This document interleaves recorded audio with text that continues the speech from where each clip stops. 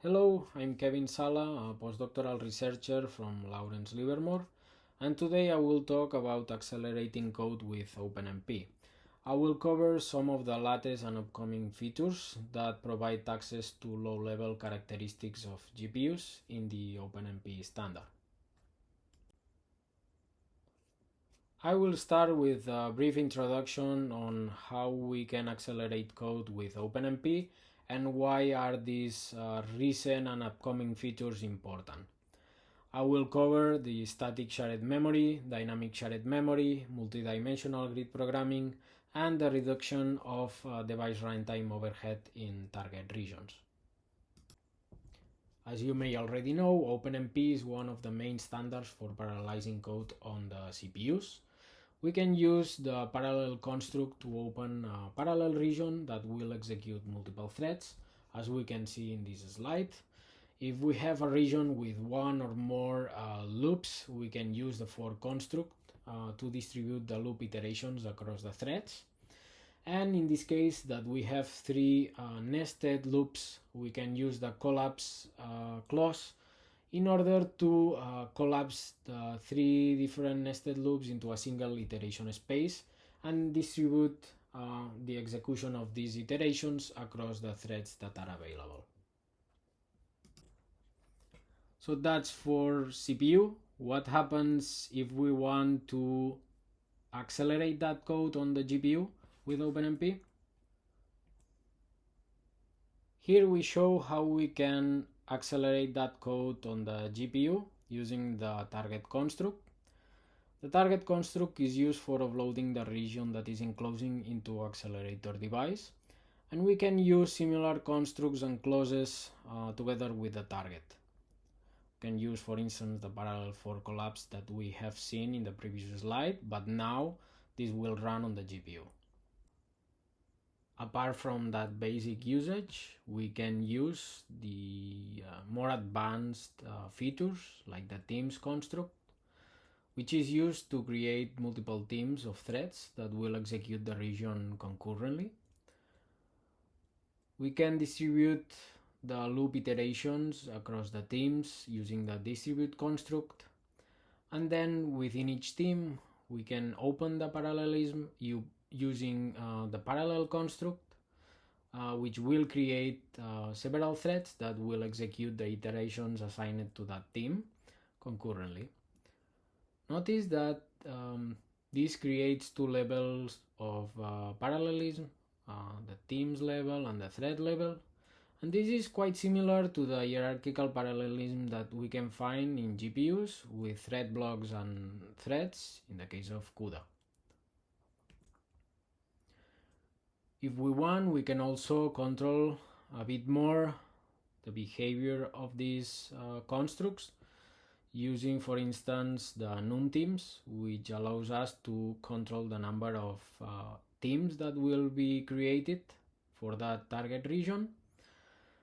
And then we can also control how many threads will be created at most for each team using the thread limit, which in this case we set it to 256 threads.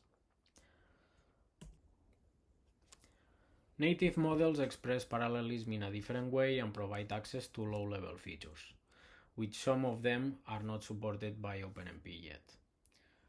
Some examples are the multidimensional grid programming and the GPU shared memory. We can use multidimensional grids and thread blocks, as we can see in this example in the slide. When launching a kernel, we can define up to 3 dimensions of blocks within the grid, and in each block we can define up to 3 dimensions of number of threads. We then have to program the kernel using the single program multiple data approach, also called the SPMD, where they usually compute the identifier of the thread within the block, then the block ID, and then we compute the global thread ID. Using this global thread ID, we can then finally perform some computation on the data for that thread. Additionally, we can use shared memory inside the kernel, which is a fast access memory that is shared among the threads of the same block. There are actually two types of shared memory, one static and one dynamic, depending on whether we know the size of the shared buffer at compile time or not. If we know the size at compile time, we can use static shared memory, as we are using in the first temporary array in the kernel in this slide. This array is called temp1 and has a size of 512 elements of double data, and it is marked with a shared attribute, so it will be backed with shared memory on the GPU. If we do not know the size at compile time, we can use dynamic shared memory. We have to provide the amount of bytes per block that we want in the third parameter of the chevron when launching the kernel.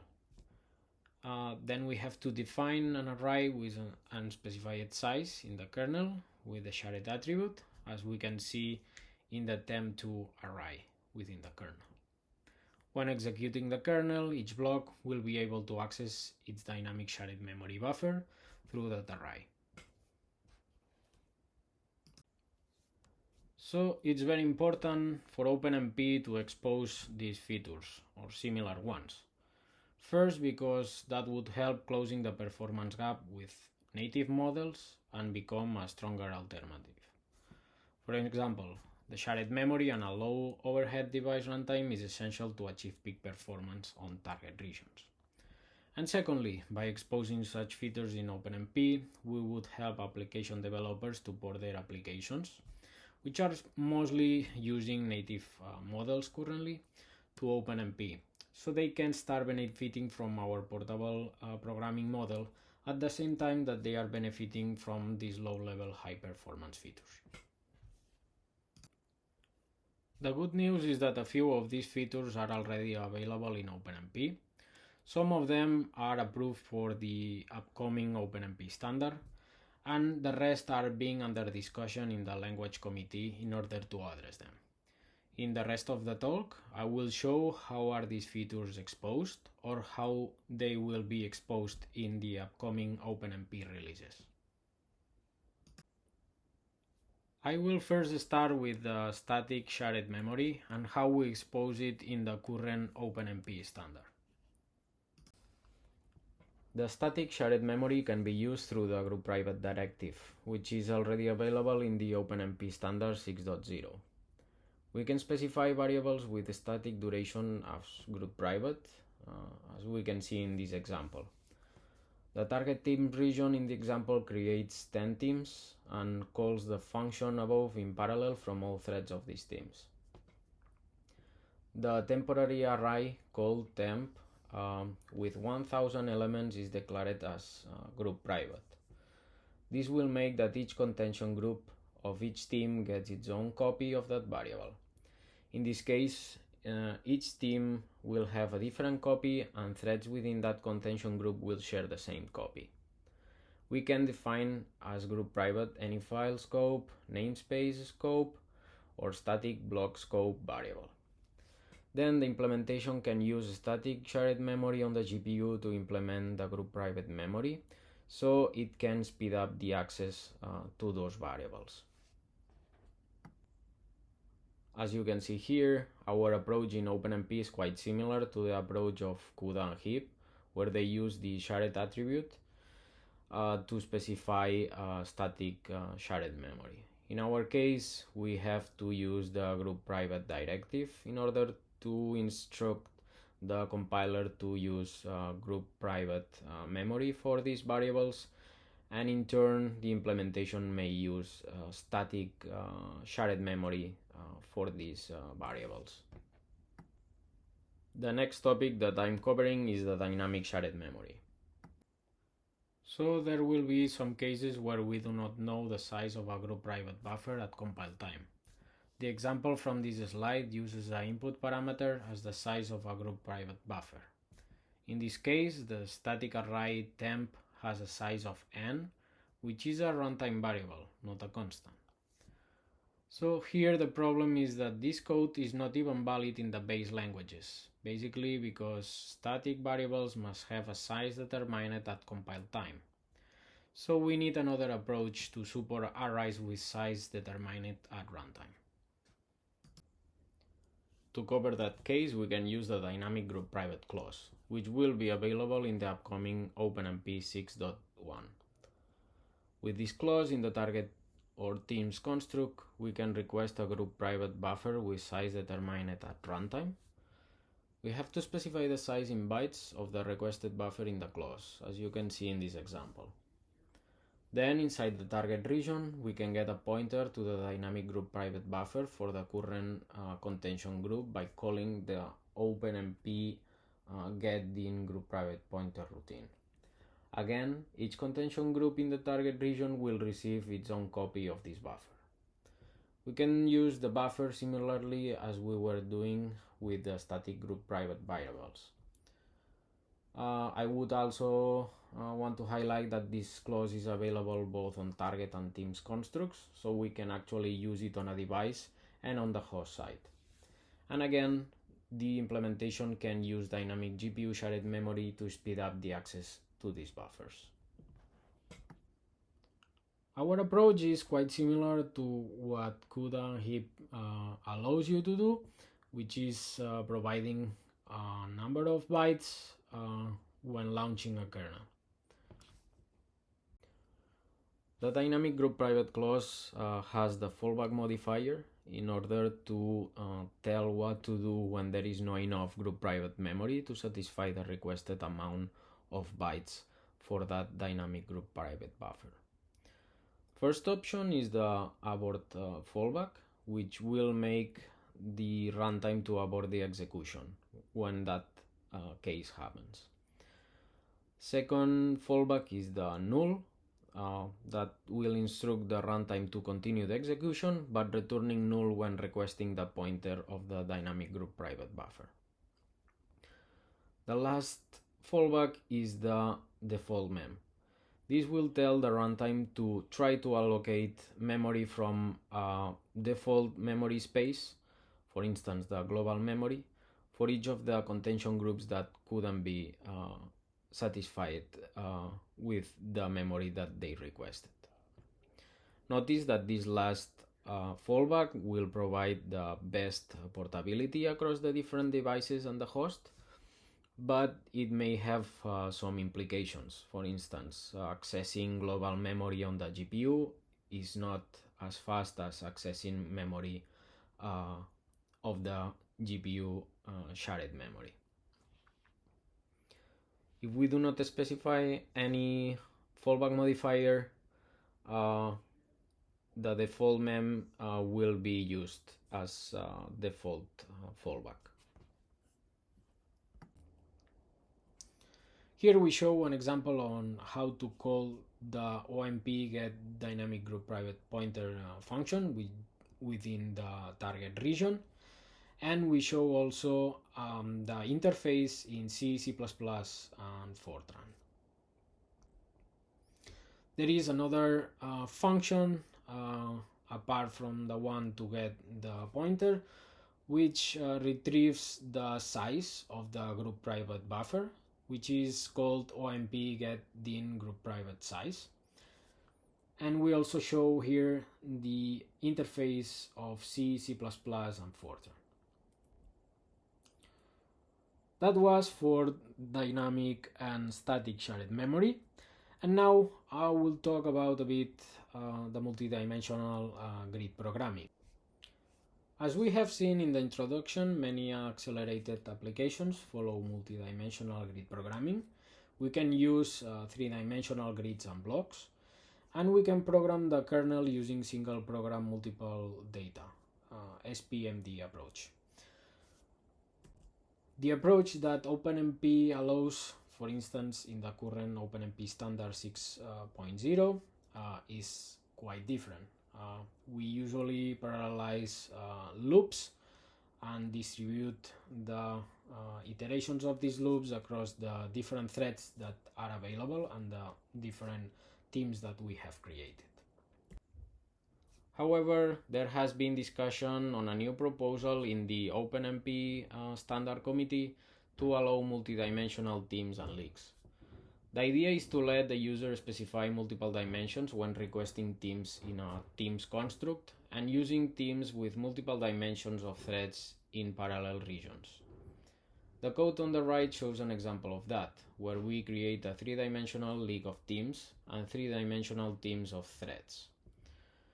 The teams modifier can be specified on the num teams, thread limit, and num thread clauses, with a desired number of dimensions that should be used as a parameter. Then the clauses have to provide a list of sizes for each of the dimension. In the case of the thread limit clause, in this example we are specifying that we want a maximum team space of 256 threads in each of the three dimensions. Within the target teams region, we can then open the parallelism within each team using the parallel construct, and then program the OpenMP target region in a single program multiple data approach, as we would do with CUDA or heap models. At the same time, there will be new routines to retrieve the thread ID, the number of threads, the team ID, and the number of teams in each of the dimensions, passing the index as parameter, as we can see in this example. We should note that this multidimensional world will work out of the box when executing constructs or routines that are designed for the unidimensional world, or they are not supporting the multidimensional sense yet. In these constructs or routines, the compiler or runtime will automatically flatten the identifiers or sizes of the teams and leaks to operate correctly in a multidimensional space. An example of this is the OpenMP getNumThreads routine, where we have to return the total number of threads in the current team across all the dimensions. Lastly, one of the topics that is under discussion in the OpenMP Standard Committee is the reduction of device runtime overhead in target regions. So the OpenMP device runtime can be a source of overhead in target regions. We have to maintain state of internal control variables, ICVs, and there is other runtime state that has to be maintained, even that is not related to ICVs. Where does the overhead come from? Basically, we need extra kernel code due to the runtime code, which has to maintain all that state and perform the needed actions. There is a necessary runtime state even if it may not be actually used in one of the target regions, and this extra kernel code that is used for the runtime may prevent some optimizations to happen at the user kernel code level. Notice that the native models like CUDA and heap have minimal to non-device runtime overhead because they are more low-level models, and OpenMP has more restrictions and more features to support.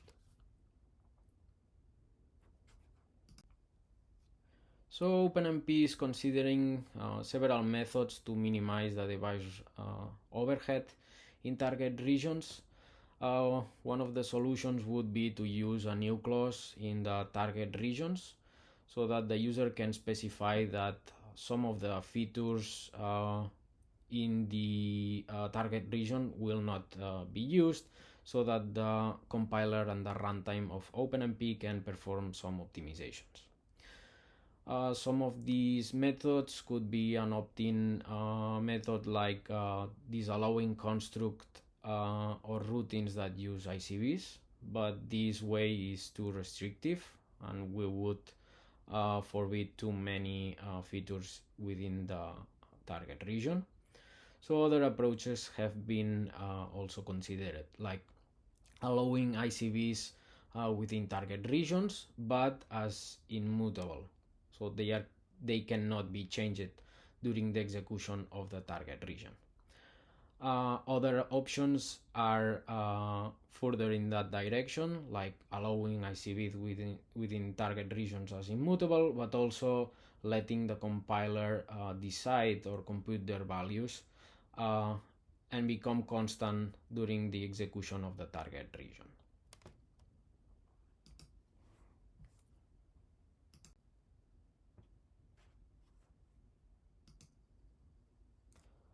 As conclusions, we have covered several features that are available and are upcoming for the next OpenMP standards. We have covered the group private directive in OpenMP 6.0 that's already available, and it's covering the static shared memory feature on the GPU devices. Then we have covered the dynamic group private clause, which is approved for the upcoming OpenMP 6.1, and it will cover the dynamic shared memory on GPU devices. Under discussion, we have three different topics. One is the multidimensional teams and leaks, then the single program multiple data programming approach in OpenMP, and finally the reduction of target runtime overhead using a new clause or similar. That would reduce the kernel overhead that is not related to OpenMP code by the user. These features are very important for OpenMP because they allow closing the performance gap with native models, and they will make the path for application developers easier when porting applications from native models to the OpenMP standard, so they can benefit from the portability of OpenMP across different vendors of GPUs and devices. At the same time, they will still be able to use low-level features on the GPUs, but still on a widely supported standard like the one of OpenMP. So that was all from my side. Thank you very much for your attention.